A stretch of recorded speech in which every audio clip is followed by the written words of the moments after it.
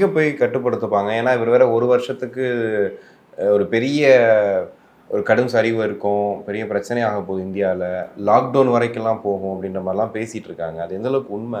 அதாவது எப்படின்னா, ஒரு பீதியை கிளப்புறது, சைக்காலஜிக்கலாக ஒரு பீதியை கிளப்புறது எப்படி அப்படின்னா, சும்மா காய்ச்சல்னு போவான்.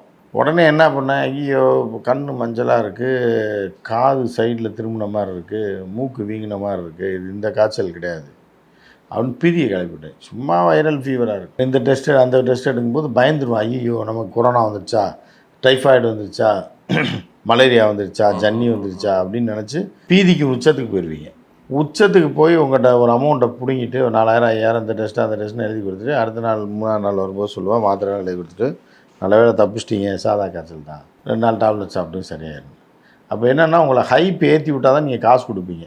அப்புறம் சாதாரண காய்ச்சல்னோடனே நல்ல வேலைடா தப்பிச்சிடும், உங்களுக்கு ஒன்றுமே கிடையாது, இது வரைக்கும் தப்பிச்சிட்டமே நம்ம வந்துடுவோம். இதுதான் ஜியோட டாக்டிஸ். ஓகே, மினி லாக்டவுன், அது ஏறப்போது, சாவ போகிறீங்க, இது ஏறப்போது, பார்த்துக்குங்க, பார்த்து இருந்துக்குங்க, தங்கம் வாங்காதீங்க, அது வாங்காதீங்க, கத்திரிக்காய் 1/4 கிலோ வாங்குங்க, உருளைக்கிழங்கெல்லாம் பார்த்தீங்கன்னா 300 கிராம் மேலே வாங்காதீங்கன்னா கதை விடுறது எதுக்குன்னா உங்களை மிரட்டுறதுக்கு. உச்சபட்சமாக மிரட்டிட்டு அப்புறம் ஒன்றும் இல்லைன்னு லைட்டாக இப்போ ஒரு பிட்டை போட்டு ஒரு காசை பிடிங்கிட்டு விட்டுருவாங்க.